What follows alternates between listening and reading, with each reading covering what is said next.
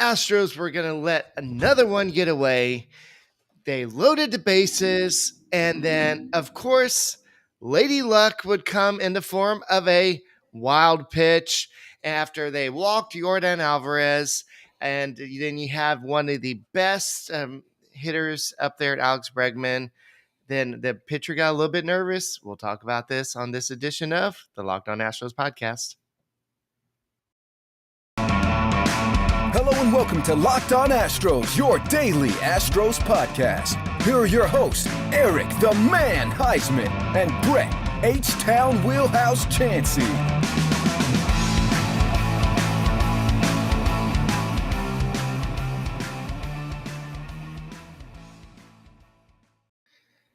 We are Locked On Houston Astros, and we hope that you join us for a daily Locked On Astros podcast. My name is Eric Huysman. You can find me on Twitter at Eric Talk Astros. Find the show at Locked On Astros, your team every day. Brett, where can they find you at? They can find me at H-Town Wheelhouse on Twitter and Instagram and at Stros411 on Twitter, Instagram, and Facebook. Always positive, always Stros. Oh, yeah. And you can find me on TikTok now. Oh my gosh, I do not want to find you on TikTok doing all the dances and singing. I'm not doing all the dances. No, we are not doing that. It's going to strictly be, for the most part, baseball related. But, you may see highlights from the game, like from today, stuff like that. But yeah, man, just wherever you find us on social, check us out. Follow both of us. Yeah, make sure you subscribe to us and keep on subscribing to us on YouTube. Our numbers keep on going up. Keep on giving us a like and go and listen to us on Apple, Odyssey, Spotify, wherever you're listening to podcasts. Check us out. Make us your first listen, as Brett said.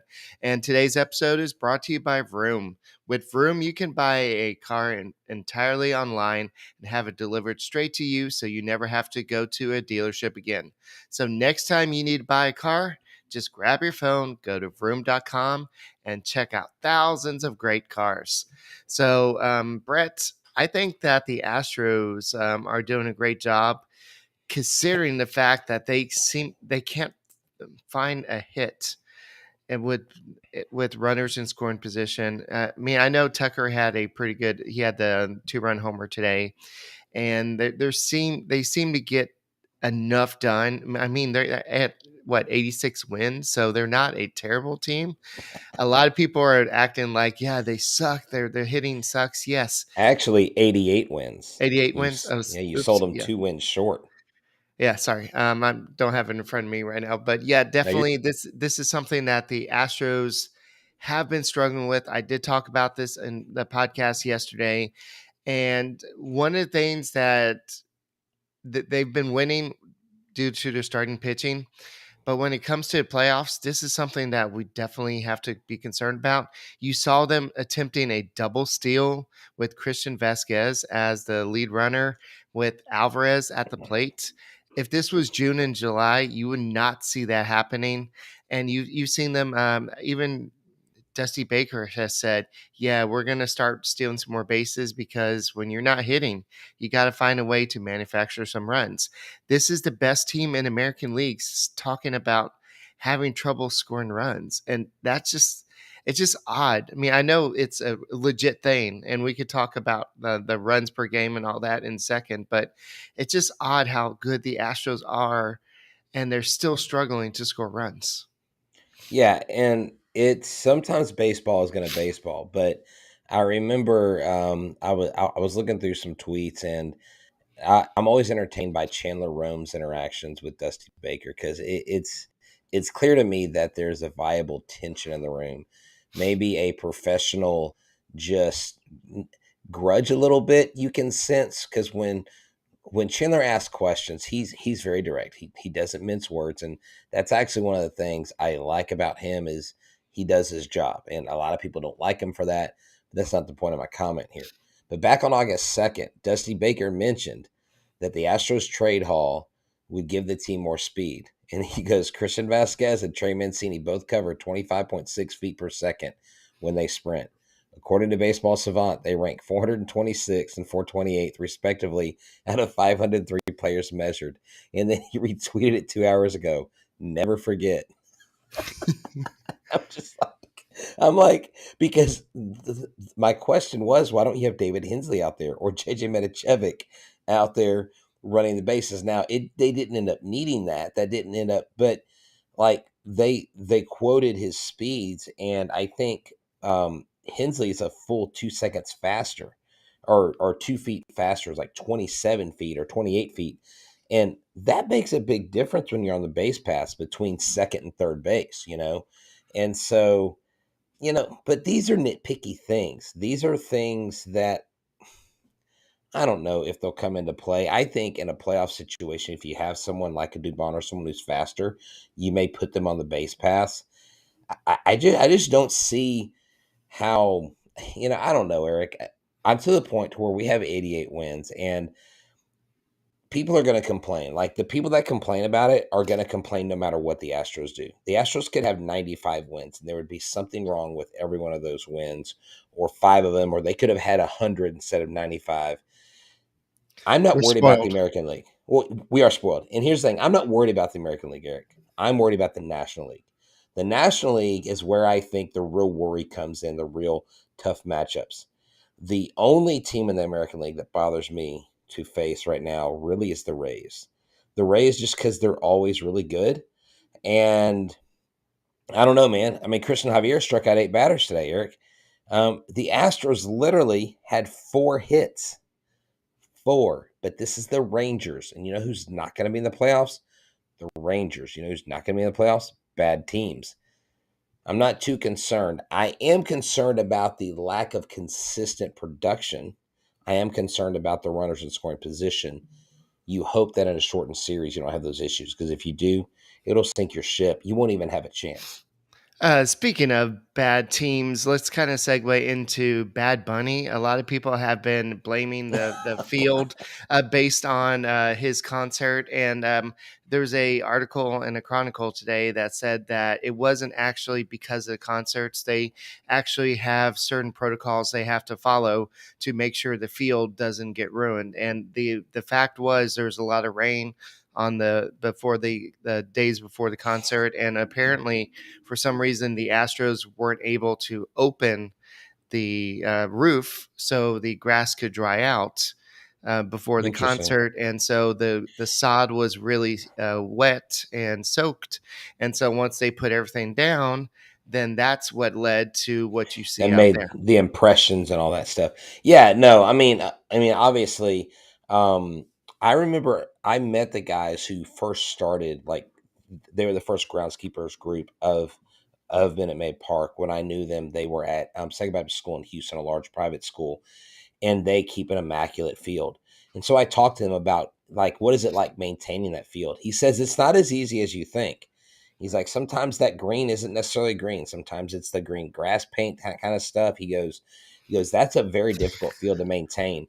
And opening the roof and closing the roof is a big deal. And sometimes you can't. And so but yeah, it wasn't Bad Bunny's fault. I think I tweeted something about it, and some people took offense to it. I'm like, no, look, I have nothing against Bad Bunny. They're like, you didn't say anything when Def Leppard came. And I'm like, well, but I also didn't see pictures of the field after Def Leppard came. So recency bias, whatever. Who cares? At the end of the day, the field will be in tip-top shape come playoffs. It won't Right. look like that when the playoffs hit.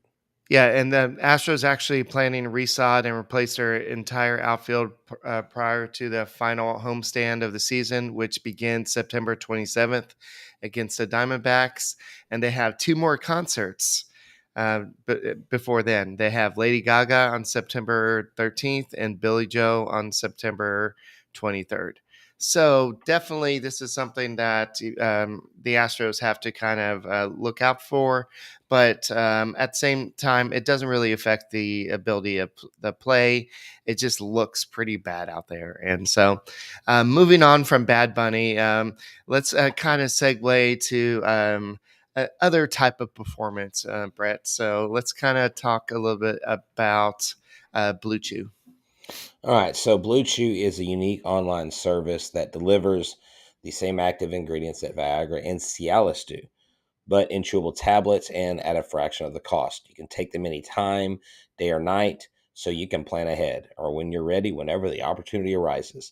Like if you've got bases loaded and you've got a fastball coming down the middle, you know right there that is probably the time to take Blue Chew. The best part is it's all done online. So no visits to the doctor's office, no awkward conversations, and no waiting in line at the pharmacy. Blue Chew tablets are made in the USA and are prepared and shipped directly to your door. With Blue Chew, men everywhere are excited to see the postman. That's right, because they deliver the package, because they're ready for the package to arrive. And first impressions are huge. You want to make lasting impressions. So this is what I want you to do. We've got a special deal for our listeners. Try Blue Chew for free when you use your promo code Locked On at checkout. Just pay $5 shipping. That's bluechew.com. Promo code Locked On to receive your first month free. Visit bluechew.com for more details and important safety information. And we thank Blue Chew for sponsoring this podcast. Speaking of sponsoring podcasts, let's go and take a second and talk about Hooters. They've been sponsoring our podcast for a little bit. So, Brad, take it away. Yeah. So Hooters of NASA is a great place to go get wings, go hang out with your buds, go have some brews, and who knows, after you've taken a couple tablets, you can go to Hooters. And so Hooters has the world famous Hooters girls, and they've got great service. And Eric and I have been there on the regular lately, and let me tell you, Rosie does a top-notch job managing that place. They have the best food, they have the best wings, they have the best service. They've got all kinds of flavors. 3 Mile Island is what Eric likes. I love the honey chipotle. There's so many different flavors that you can go after. Super, super hot or mild. They even have fish tacos. Like lately, I've been having the grilled fish tacos, and they are phenomenal. They don't fill you up too much. They're just the right amount. You can get tater tots, you can get fries, you can get all kinds of stuff with them. So Hooters of NASA, they have these happy hour specials Monday through Thursday from 3 to 6. On Thursday, they have Thursdays. And on the weekends, they have specials. So all the time, if there's a UFC fight, if there's an Astros game, you need to go check out Hooters. Now, also, you need to tell them that Locked On Astros sent you, and tell them that you listen to the show. They'll give you a basket of fried pickles. That's right. So Hooters of NASA is 20796 Gulf Freeway, south of Baybrook Mall. And you can check them out. Exit 528 in the NASA Value Shopping Center. Hooters of NASA. Tell them the guys from Locked On Astros sent you. All right, so I know that we didn't get a chance to talk yesterday's podcast, but the Astros defense has been a little bit suspect recently. And game before, there was 3 errors. Today's game, you had Pena with the error. I believe it was in the second inning that led to 2 runs, and Christian Javier basically throwing 28 pitches or something in that inning. And it just seems like, I know most teams do have errors. Nobody's perfect, but it just seems like you have those errors that, especially in that, was it Tuesday's game where Yuli dropped the ball that led to the game-winning run. So it's just like it seems like the errors just seem to multiply and lead to runs, and I guess that's what the purpose for errors are. Is they're not supposed to happen, and they lead to bad things happening. But So it Pena just made yeah. Pena made a throwing error. So that was like his 15th on the year. He's been stuck on 14 for a while. So he's kind of cleaned it up a little bit. And those things are going to happen, but if you look at the big picture, this is one of the top 10 rated defensive teams. But in close games, Eric, you can't have those errors. That one error, Right. like I think the point you're making, can make a difference in a short series against a very good team, the top competition. Those errors may prove to be more costly. But heck, Yuli made a heck of a scoop today. Bregman made an amazing play, scampering across the field in front of Jeremy Pena to get that runner out. And you like to see those things because, Javier on the mound, again, he had 8 strikeouts. When his pitch was working, it was working. He did only have 2 walks. He did give up the 1 home run and only 3 runs, one of those earned. So not a bad outing by Christian Javier. I was listening to the radio for a portion of the game, and Jeff Bagwell's been on there this week. And this guy, if you have not heard Jeff Bagwell on the radio call a game, he knows things are going to happen before they happen. Like, he sees the game unlike anybody else. And he was talking about Christian Javier. He was talking about how Javier's getting better, and he likes what he sees out of Javier. He said I can tell the guy's got more poise and more confidence than he used to. And so that's a good thing for a Hall of Famer to recognize that. But we're not sugarcoating everything. We do know they only had 4 hits. We do know they were 1 for 4 with runners in scoring position. And that's something that in the playoffs is going to have to change. That has to trend the other way, because if it doesn't, like I say, in a short series, you only have so much life. You only have so many chances. And you don't want to put yourself in a situation like we did in 2020, where we were down 0-3. We came back. We almost won. Almost, you know what I'm saying? Where they almost beat the Right. Rays. You don't want to put yourself behind the 8 ball this year.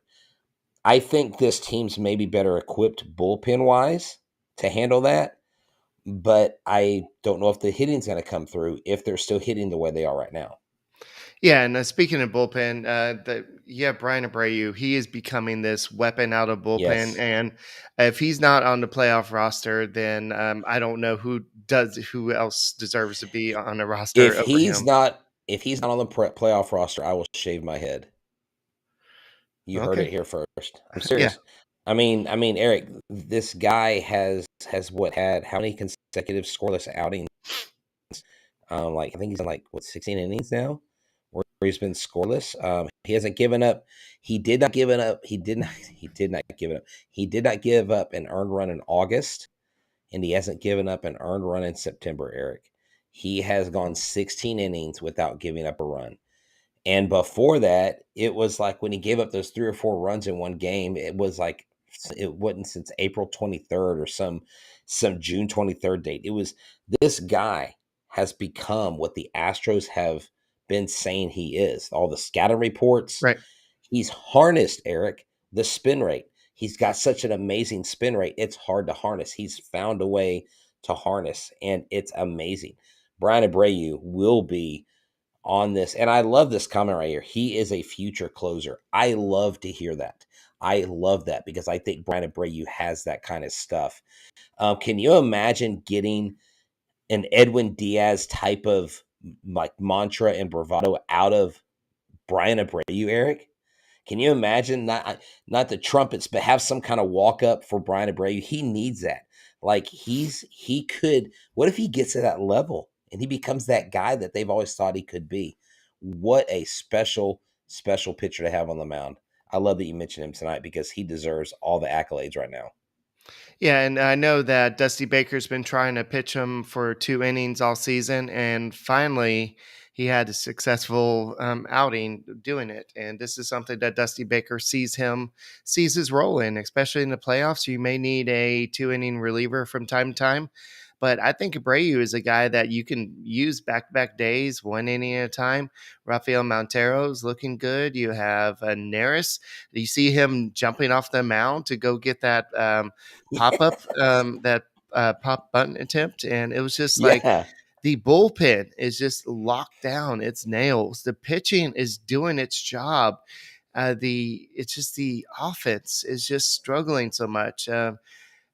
They're only 1 for 4 today, so it's hard to kind of give them too much crap. That's 250.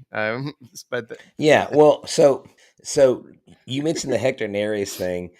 Chandler Rome said on here, and I'm sorry, he was on a roll tonight. I was loving watching him tweet. He said, I didn't have Hector Neris diving catch on my Astros September bingo card, because he dove. And Blummer goes, well, I guess the equipment managers are going to be up a little bit late, because they've never had to get a grass stain out of Hector Neris' jersey. And I'm but sure they but got see, extra. right. But here's the thing, though. That's what's great about this team. This team has a guy every night in whatever position they're in that is going to be willing to do what they have to do to get a win. But a couple things I want to talk about, Eric, offensively. One is Jeremy Pena and chasing the freaking slider. 2 of them. He should have walked, okay? 2 of them. Now, he got on it and ended up working out, blah, blah, blah. And then Christian Vasquez, did you know that all of his hits are singles? I didn't know that till tonight. I didn't realize that. I guess I hadn't paid With the attention Astros, yep. that much. I watch every game. We talk about every game. And I did not clue into 6 16 singles. Mm-hmm. Did we hire this guy to hit singles or to be a better bat? Has he had enough at bats? He hasn't. Well, Martin And Maldonado is the power hitter here. Come on, Brett. You know that. you don't want to take the power bat out of Martin's Yeah. hands. That is headline. Eric Huysman, don't take the power bat out of the lineup. Christian Vasquez, what are you talking about? I love it. But that's I thought that was odd, to be honest with you. But I love Kyle Tucker coming in and getting that big hit tonight. I thought that was huge. Kyle Tucker complimented their defense, even though there was that one error. And it's all about this team's needing to compensate for a lack of hitting from Pena, really a lack of production overall from Jordan. Uh, I mean, you got to get more than 4 hits against the Rangers, but it was like a bullpen game. This is like a Rays minor league team tonight. It was weird. Yes, and Dusty Baker was, or I think somebody asked Chandler Rome why Jeremy Pena is back hitting second, and apparently on their the media page, the Astros have that when Jeremy Pena is hitting second, the Astros are 26-5. So they're hoping to catch fire. But now the Astros, when Jeremy Pena is hitting second, they are oh, I guess they did win today, so never mind. So they're now 27-5. I was gonna be Yeah, super negative about that.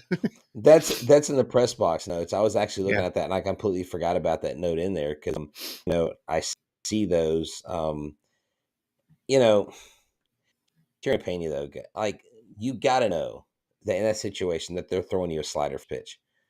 And Eric, those sliders weren't even close. Like they weren't okay. Jeremy Pena swinging a slider, no offense, reminds me of how I play MLB The Show. Like I swing at everything you throw at me. I'm terrible at video game baseball. I can see that the ball's tailing on the out like 5 feet off the plate. My guy's still swinging. My son loves playing against me because I'm terrible at it. But that's what I look at Jeremy Payne. I'm like, how do you not pick this up? How do you not pick this up? And yes, do we miss Brantley? Man, MZ is killing it tonight. Him and Guy Webster. Yeah, dude. We do miss that guy. Yes. That's a nice bobblehead you got there. I wonder who got you that. Yes, thank you, Brett. I had to put the bat in a pencil sharpener to get it to go in the hand. I don't know if you tried to do yours yet, but it would not fit. You should have tried Blue Chew. Well, I don't think that would have given the same reaction. Anyway, Okay. So Alvarez in August, he had a 50% ground ball rate. And the rest of the season, he was at 30%. So definitely he is struggling. And to see that the Rangers were still scared enough of him to walk him to load the bases for somebody like Alex Bregman. Alex Bregman prides himself on knowing the strike zone, knowing how to handle them, like being able to take a pitch. And the pitcher was struggling with command. And of course, what does he do? He throws a wild pitch at first pitch to Alex Bregman. But that was a weird move. I mean, I get it, but at the same time, it's kind of a weird move because you have, on one hand, you have somebody who's been struggling recently. He was in talks for MVP for the first, 3 or 4 months of the season. And now he's kind of slowed down a little bit. Maybe the hands are the issue. And then you I have think Alex Bregman. Yeah, it's probably a little bit more mental too. But then you have Alex Bregman, who's kind of heating up a little bit. He may be kind of coming back to earth a little bit, but he's still a good hitter. And so that was just a weird move, showing that the Rangers don't really have a adequate manager right now.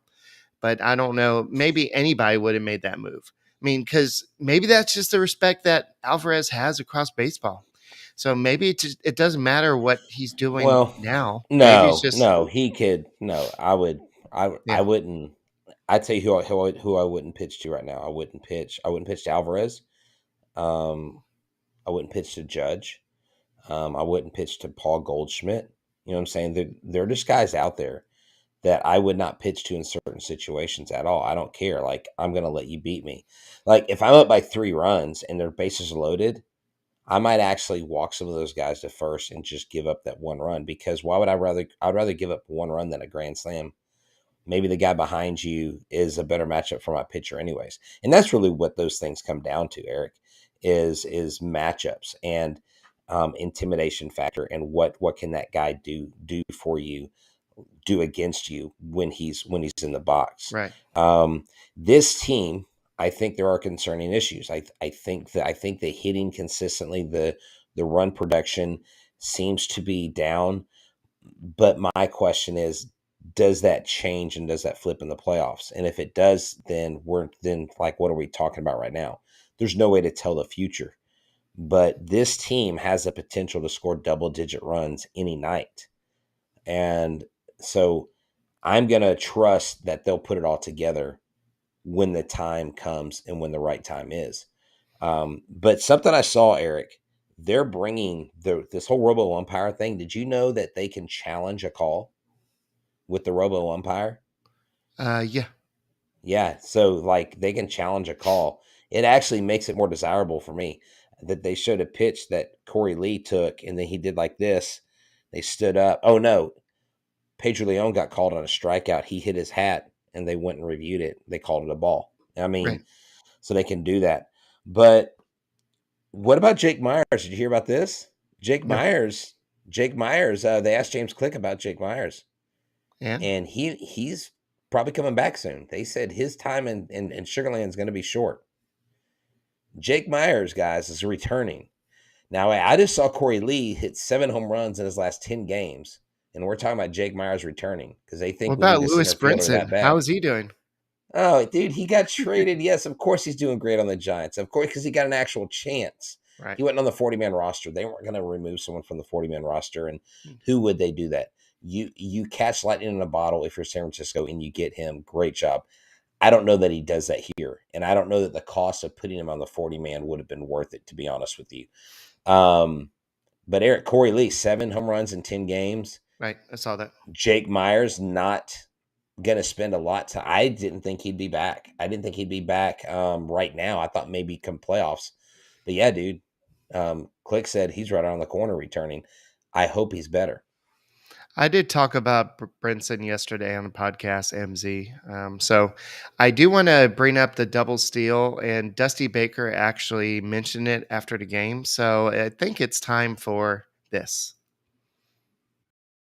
Thoughts by Dusty. All right. So somebody asked him, I'm guessing Chandler Rome did the double steal come from the bench? And this is Dusty Baker. What do you think? Come on, man. Alvarez is hitting. A left-handed hitter. Maybe he thought he saw something. I don't know. It was messed up. And what he did not want to say was Vasquez was at the lead runner too. So, Oh man, that's funny. What do you think? I love Dusty Baker. I love his candor. I know a lot of people give him a lot of grief for a lot of things, but there's one thing you can't doubt is he has a very witty response to everything. And if he yeah. doesn't want to answer your question, he'll answer it in a way that kind of makes you look a little bit foolish. So good job on Dusty, man, defending himself. Question of the night. Is Dusty Baker your American League Manager of the Year? Yes or no? As of Come right on. now, maybe. Hold I, on. Time out. Who else are you considering, Eric? It's I not mean, Aaron Boone. the Yankees are He doing great, right? Aaron Boone sucks as a manager. Aaron Boone is not the man. No, I'm just seriously think about it. Is he Manager of the Year? American League right now. You got to tell me. 3 seconds. 3, 2, 1. Do it. I Yes or no? haven't looked at the teams enough to know. So I would say probably if you're putting a gun to my head, I would say that Dusty Baker would probably, with the limits to the hitting, what the pitching staff has done, what the bullpen has done, what the team has done as a whole, yes, he would get very 2 wins away strong from 90. consideration for the American League The Manager of the only Year. other two, the only other two I would go with, Eric, would be Seattle. the no. No, I don't even like Scott Service. I'm not going to give him the respect of my vote if I'm voting. Sorry, Scott Service. You're just whatever. I can't stand that guy. Terry Francona for the Cleveland Guardians has done a phenomenal job with Oh them. yeah, I forgot. Yeah. And MZ mentioned the Orioles manager, and I can't think of the Orioles manager's name. We're talking American League though, not national. We're talking American League Coach of the Year. I think it's got to be Dusty Baker 1. I think maybe you put the Orioles 2 because they're above 500, and Francona. I mean, Francona's done a phenomenal job with the Indians, and but I just really think that Dusty Baker deserves it. I know a lot of people don't like that take. I know a lot of people probably burn me for that and think I'm an idiot, whatever. I really don't care what you think about my opinion because it's my opinion. But I think Dusty Baker very much. Oh, Brandon Hyde, thank you. Dusty Baker very much deserves, I think, Manager of the Year. And it shouldn't depend on whether a manager wins a World Series. It's about what they do during the regular season. And Right. he has managed this team, Eric, with injuries, with slumps, but managed this team to 88 wins. And you can't say that none of the wins, if you say that all the losses and all the wins aren't on one aspect of this team. You win as a team, you lose as a team. Yeah. So So going with a lot of what people are saying, like Us says here, Hyde deserves it. The Orioles lost 110 games last year, and now they're within certain so many games of a wild card. oh Yes. yeah, So I that get that. so Dusty Baker was in the World Series, so he was in World Series last year. So it's not a surprise the Astros are where they are. So if you're looking at that, then yes. I mean, no, Dusty Baker doesn't deserve it. But if you're looking at what the Astros have gone through with Lance McCullers being out for pretty much the whole year, the hitting being very inconsistent, he may get some votes, but I really think that they'll give Brandon Hyde a lot of votes over there in with the Orioles because of what they've done with that young team. So But a this is couple. what's funny. This is what's Go ahead. funny, Eric, from the Astros Nation, Locked On Astros Nation, is like when like people's reaction to me saying that or even thinking that are like they get so upset when I even start to mention it. I'm like, why are people so offended by me talking about that? It's like we take his decisions personally, like he's sabotaging every loss that he can, like this maniacal plan to fumble the championship. I don't think that's how Dusty works, but I do take your point in the others that the Orioles manager would be, for me, I think the only for sure fire bet to beat Dusty Baker. I think he's earned a nod. He better get a lot of votes, though. I think Scott Service will get the Fight Club award winner if there is such Yeah, a award. yes, yes. Scott Service and Joe Kelly belong on a special team all by themselves. Yeah. Just a bunch So, of punks. all right. So Ledmus Diaz started his rehab assignment with the Sugarland, no, Space Cowboys, right? Yeah. And I believe they're playing in Round Rock. And so he started his rehab tonight. I know that Justin Verlander has been playing catch. The day before, he kind of threw about 90 feet.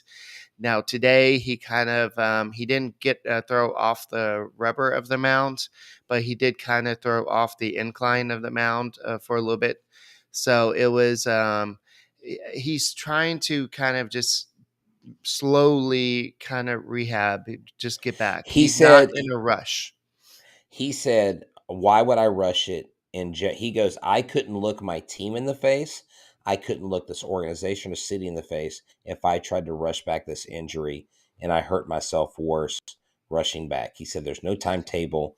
I feel good. I'm throwing normal throws like I would in between starts if I was in the rotation." This opens up the spot. I believe they're going to give Brown an extra day rest from what not Murphy, the other who are the two coaches, Murphy and Miller. Is it Miller? Okay. I believe Miller said before the game that they're going to probably start Hunter Brown on Tuesday next week instead of Monday. So he'll start Tuesday in Detroit, And Valdez will and go Monday. Valdez will go Monday. Yeah, because they want to give Brown an extra day of rest. Okay. Well, that makes sense. And so we'll get to see another start. And like I was saying in the podcast yesterday, I think the Astros need to stick to a 6-man rotation for now. Keep the arms fresh, keep the innings limited because we need all the starters in the playoffs. We saw how important the starters can be in the playoffs. So that's my thought, and I think that's going to be Dusty Baker's thoughts as well. So we'll see what happens when Justin Verlander comes back. When he comes back, he's eligible to come back on the 14th. He's probably going to wait maybe 4 or 5 days after that. So maybe on the 20th or something like that, we may see him start to come back, but I don't think they're going to come back. And he's not in a rush to come back. And he said that there's really no need to rush. The Astros No. have 6 starters, 6 quality starters. So the Astros are in a great position pitching wise. It just sucks that the offense just can't live up to it. And in the past, you've had like players to kind of cover for your weaknesses, but now those people that normally cover are struggling themselves. The Alvarez and then the guy you trade for, Mancini, he's not really doing as well as he could, and then he got thrown out at first base, uh, Yeah. basically on a line drive right to the right fielder, and that was a bonehead play, and it just there's a lot of bad.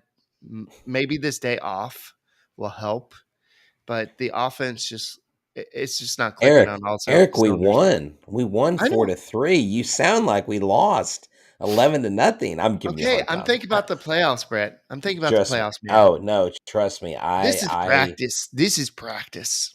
We're I'm talking going. about practice here. I'm You're going going Allen Allen Iverson. Iverson. Yeah. We're talking about practice. Yes, we're talking about practice. Have you heard Kobe Bryant when he talks about practice? Kids, you know that you practice 10 times more than you ever play the game. You better practice your butt off, because if you don't practice like you play, you won't be worth a darn in the game. That's just how I roll. That's from Coach Chancey. So I'm just going to wrap it up with this, Eric. I really think that what we see at the end of the season is hopefully a healthy Diaz come back. And I'm just going to say this. I don't want to see Leibniz Diaz in the outfield at all. I don't want to see him in the outfield. I don't want to risk him getting another soft tissue injury. He's prone. Keep him in the infield. Let him DH. Keep Diaz in the infield, period, end of story. I do not want him in that outfield.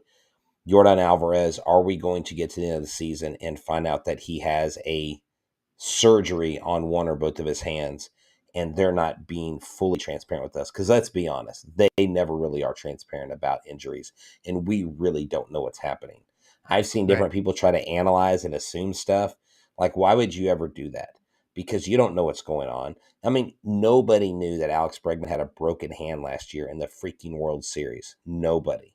I mean, Alex did. Maybe someone on the team did, and he played through it. I just really hope that Alvarez can make it through the playoffs. I hope he doesn't get into the playoffs and have to leave and exit. You know, that to me would be more debilitating as a team. But at the same time, you look at this pitching, Eric, it has done phenomenal. We have to recognize, and this is what I'll wrap up on, we have to recognize the bullpen has started to find their way again. Montero looks dominant. Stanek looks dominant. Maton's doing better. Abreu, we mentioned him. The bullpen is back. Hector Neris has been doing phenomenal as well. So that, I think, is a recipe for success. Limit the runs. We can win 1-0 games. We can win 4-3 games. But in the playoffs, please average at least 4 to 6 runs a game, and I think we've got it locked up. All right, and Jake Myers has only been hitless in one start down in AAA. That was on September 6th. He has 2 hits in 2 games. He has 1 home run. He has 2 doubles. He has RBI. So maybe he's found his stroke again. Maybe he'll bring it back to the major leagues when he comes up. So we'll see. That is James Click's call, but what we got in center field isn't working, and I don't know if Jake Myers is the answer. I don't know if Lewis Brinson was the answer, but that's all we got for this edition of the Locked On Astros podcast. We'll be back tomorrow to preview the next series, and we'll talk more Astros baseball. And make sure you subscribe to us on YouTube, and make sure you make us your first listen on Apple, Spotify, and Odyssey, wherever you listen to your podcasts. Check out the Locked On Astros podcast, and go Stros.